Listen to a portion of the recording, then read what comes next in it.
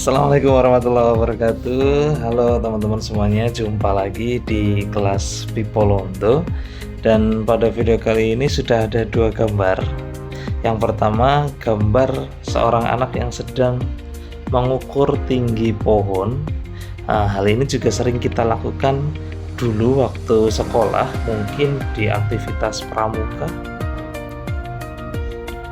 Kegiatannya adalah menaksir tinggi kalau tidak keliru. Nah, terus yang kedua, di sini ada alat yang sering kita jumpai saat melihat para arsitek di pinggir jalan, menentukan lebar jalan, menentukan kelandaian jalan. Intinya alat yang digunakan oleh arsitek ini namanya adalah teodolit. Nah, terus maksudnya apa sih menjelaskan dua gambar tersebut? Nah, ini ada kaitannya dengan materi yang mau kita bahas teman-teman semuanya, yaitu trigonometri. Nah, seperti apa trigonometri itu? Mari kita bahas di video kali ini.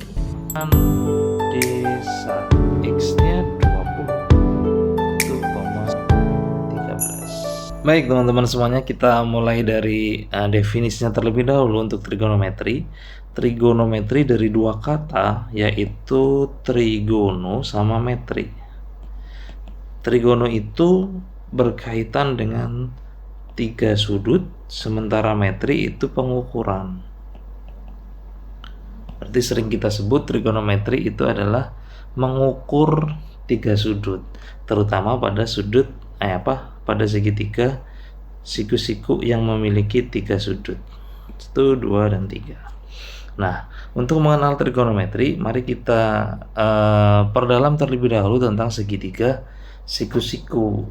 Nah, dalam segitiga siku-siku, misalkan ini A, ini B, ini C, siku-siku di B, dan kemudian kita ada sudut alfa di sini, maka yang di depan sudut alfa itu disebut dengan depan. Antara sudut alfa dan siku-siku itu disebut dengan samping. Sementara untuk sisi di depan sudut siku-siku itu disebut miring, sisi miring. Nah, ditransformasikan dalam bahasa matematik, untuk A, B, C dengan siku-siku di B dan sudut alfanya di C, di depan sudut alfa itu disebut dengan Y, kemudian sisi antara siku-siku dan alfa itu X, biar beda X-nya, sementara di depan sisi miring itu R. Nah, tapi ini tidak baku ya teman-teman, bahwa X itu selalu di sisi BC, itu tidak selalu.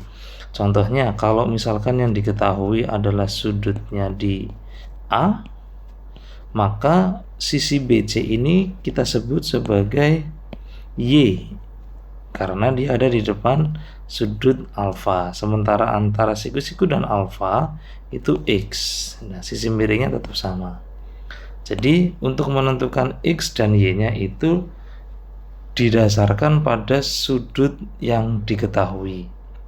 Oke, kemudian dari ketiga sisi ini maka akan kita kenal tiga persamaan rumus trigonometri, yaitu sinus, kosinus, dan tangen. Nah, kita mulai dari yang gambar tengah aja, yang ini.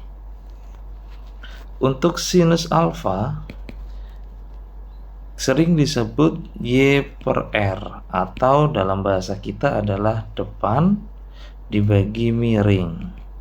Nah, untuk mengingatnya ada singkatan untuk sinus alfa, yaitu sin de ring.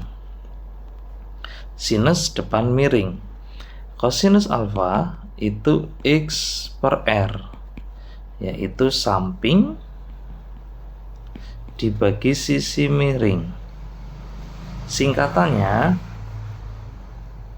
kosaring. Kosinus samping miring.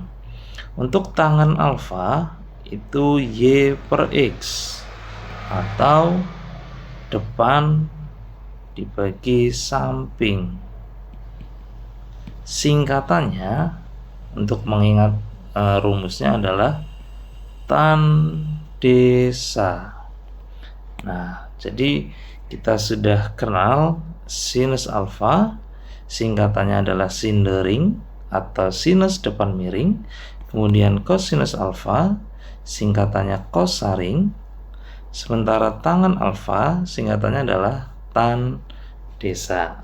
Itu 3 persamaan yang sering muncul pada trigonometri. Kemudian berapa sih besarnya alfa?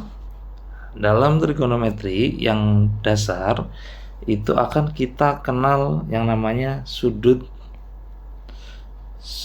istimewa. Sudut istimewa. Nah, berapa saja sih nilai sudut istimewa itu? Dimulai dari 0 derajat, 30 derajat, 45 derajat, 60 derajat, dan yang terakhir 90 derajat. Ini adalah angka atau nilai dari sudut-sudut istimewa. Baik, selanjutnya setelah kita tahu sudut istimewa itu ada 5, kemudian kita ingin tahu nilai sudut-sudut istimewa itu dalam sinus, kosinus, dan tangen. Nah, untuk sinus di bawahnya kosinus, di bawahnya tangen. Kemudian kita bikin tabel. Di sini adalah 0 derajat, 30 derajat, 45 derajat, 60 derajat, 90 derajat. Nah, kita bagi menjadi 3. Kita mulai dari sinus 0. Sinus 0 derajat itu nilainya 0. Sinus 30 itu setengah. Kemudian setengah akar 2. Kemudian setengah akar 3, baru 1. Dari mana? Didapat dari setengah akar semuanya. Jadi kalau untuk 0, setengah akar 0, maka hasilnya 0. Kemudian untuk 30 derajat itu setengah akar 1, atau bisa ditulis setengah saja. 45 derajat itu setengah akar 2, maka ditulis setengah akar 2. 60 derajat setengah akar 3. 90 derajat itu setengah akar 4 seharusnya. Akar 4 itu 2.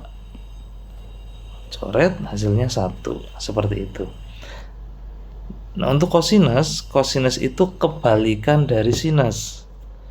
Jadi kalau sinus urutannya 0, setengah, setengah akar 2, setengah akar 3, 1, maka untuk kosinus dibalik dari 1, setengah akar 3, setengah akar 2, setengah 0. Posisinya terbalik dari sinus angkanya. Untuk tangen boleh ditulis sin dibagi cos. Sin alfa dibagi cos alfa. Nah, berarti tinggal dibagi 0 bagi 1, 0. Setengah bagi setengah akar 3, kita tulis untuk yang 30 derajat. Setengah dibagi setengah akar 3, ini dicoret. Sisanya 1/4 akar 3. Kita bakukan menjadi 1/3 akar 3. Nah, jadi nilai dari tangen 30 itu adalah 1/3 akar 3. Sementara tangen 45, setengah akar 2 dibagi setengah akar 2, nilainya sama, berarti 1.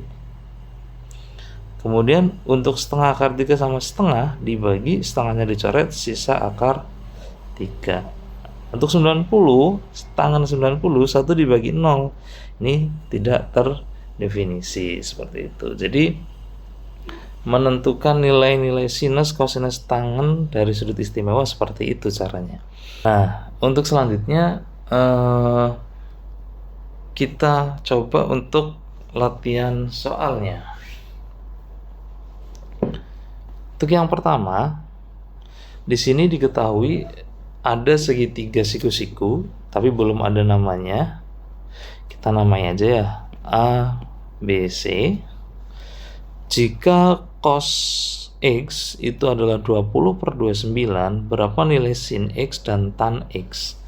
Seperti yang tadi di awal kita informasikan bahwa sin X atau sin alfa itu adalah Y per R atau depan miring. Cosinus itu X per R dan tangen itu Y per X. Kita tulis ulang dulu di sini. Sinus sin X itu adalah Y per R. Cos X itu adalah X per R. Tan X itu Y per X. Kita perlu definisikan dulu. Cos X diketahui, yaitu 20/29. Rumus cos X itu X per R. X per R berarti X-nya nilainya 20, R-nya nilainya 29. Siku-sikunya kan di B, berarti sisi AC 29 karena sisi miring. Kemudian X-nya di mana? Di BC atau di AB? Nah, seperti yang kita bahas tadi, bahwa sisi X itu selalu diapit oleh siku-siku dan sudutnya. Berarti sini X. Depan sudut itu Y. Sehingga X-nya 20, Y-nya belum tahu. Kita harus cari tahu Y-nya terlebih dahulu agar kita bisa cari sin dan tangen. Caranya gimana? Trigonometri itu X kuadrat tambah Y kuadrat sama dengan R kuadrat. X kuadratnya X-nya 20 kuadrat, Y-nya belum tahu, R-nya 29 kuadrat. 20 kuadrat 400 tambah Y kuadrat 29 kuadrat. 29 kali 29. Kita hitung bareng-bareng. 1, 8, 2 kali 9, 18 tambah 8, 26. 9 kali 2, 18. 1, 4 tambah 1, 5. 1, 6 tambah 8, 14. Nabung 1, 3 tambah 8, 3 tambah 5, 8. 8, 4, 1. Berarti Y kuadrat 841 kurangi 400. Jawabannya 441. Ini Y kuadrat. Berarti Y-nya akar dari 441. Nah, itu 21. Jadi nilai Y-nya adalah 21. Kita hapus dulu di sini. Nah, kemudian setelah Y kita ketahui, berarti kita bisa hitung sin X. Sin X sama dengan Y per R. Nilainya, Y-nya kan 21, R-nya 29. Oke, ketemu. Kemudian yang tanya yang lain adalah tan X. Tan X itu kan Y per X. Maka Y-nya 21, X-nya 20. Selesai. Jadi seperti itu pemanfaatan trigonometri sama definisi X, Y, dan R-nya. Oke, lanjut untuk soal selanjutnya. Di sini ada 2 soal. Segitiga lagi, belum dikasih nama, kita namai aja A, B, C. Panjang sisi X dan Z-nya berapa? Diketahui di sini ada sudut 30 derajat dan sisi AB-nya 9,2 satuan. Maka jawab. Nah, satu soal lagi, ini aplikatif dari trigonometri. Jadi seorang laki-laki sedang berjalan di sebuah area hijau. Dia berpapasan dengan sebatang pohon dan sebuah tiang listrik. Tinggi tiang listriknya diketahui 50 meter. Sudut antara orang tersebut dengan tiang listrik itu 45 derajat. Dan sudut antara pohon dengan puncak tiang listriknya adalah 60 derajat. Yang ditanya berapa jarak antara orang itu dengan pohon. Nah, berarti yang ditanya ini X, kita namai X. Berapa sih jarak antara orang dan pohon? Jadi kalau kita gambarkan,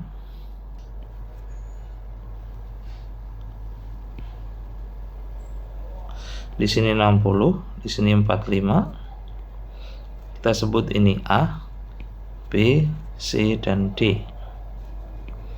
Yang ditanya adalah AD.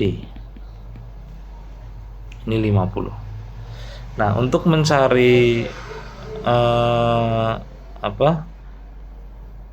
jarak antara AD, maka kita tahu dulu bahwa sudut antara orang dengan tiang listriknya adalah 45 derajat. Berarti sudut di C di sini juga 45 derajat. Sementara sini siku-siku. Kenapa demikian? Karena dalam satu segitiga maksimal sudutnya itu adalah 180 derajat. Nah, karena sudutnya sama antara A dan C 45-45, maka jarak BC sama jarak AC itu sama, yaitu 50 meter. Nah, ini kelihatan beda karena gambarnya saja yang salah. Saya kurang presisi. Sehingga BC sama dengan 50, AB juga 50. Nah, nanti untuk nyari AD itu adalah AB dikurangi BD. Itu ketemu AD. Berarti yang belum diketahui adalah nilai BD-nya. Kita cari BD. Cari nilai BD. Manfaatkan rumus tangan. Karena yang ingin dicarikan ininya. Yang ingin dicarikan ini. Kita manfaatkan tangan karena sisi miring dari DC belum diketahui. Tangan 60 derajat sama dengan tan desa Y per X. Tangan 60, kalau belum ingat boleh dilihat lagi. Tangan 60 itu akar 3. Berarti di sini akar 3, Y-nya 50, X-nya belum tahu. Berarti X-nya sama dengan 50 per akar 3. Kita rasionalkan menjadi 50 per 3 akar 3. Nah, dapat BD-nya 50 per 3 akar 3. Jadi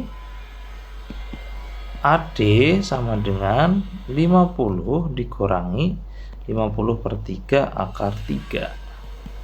Boleh menggunakan kalkulator untuk mencari akar 3-nya. Menggunakan kalkulator, nilai 50 per 3 akar 3 itu adalah 28,87. Maka ini hasilnya 21,13. Nah, jadi jarak antara orang dan pohon itu 21 meter seperti itu. Demikian materi tentang trigonometri. Kurang lebihnya mohon maaf. Terima kasih. Assalamualaikum warahmatullahi wabarakatuh.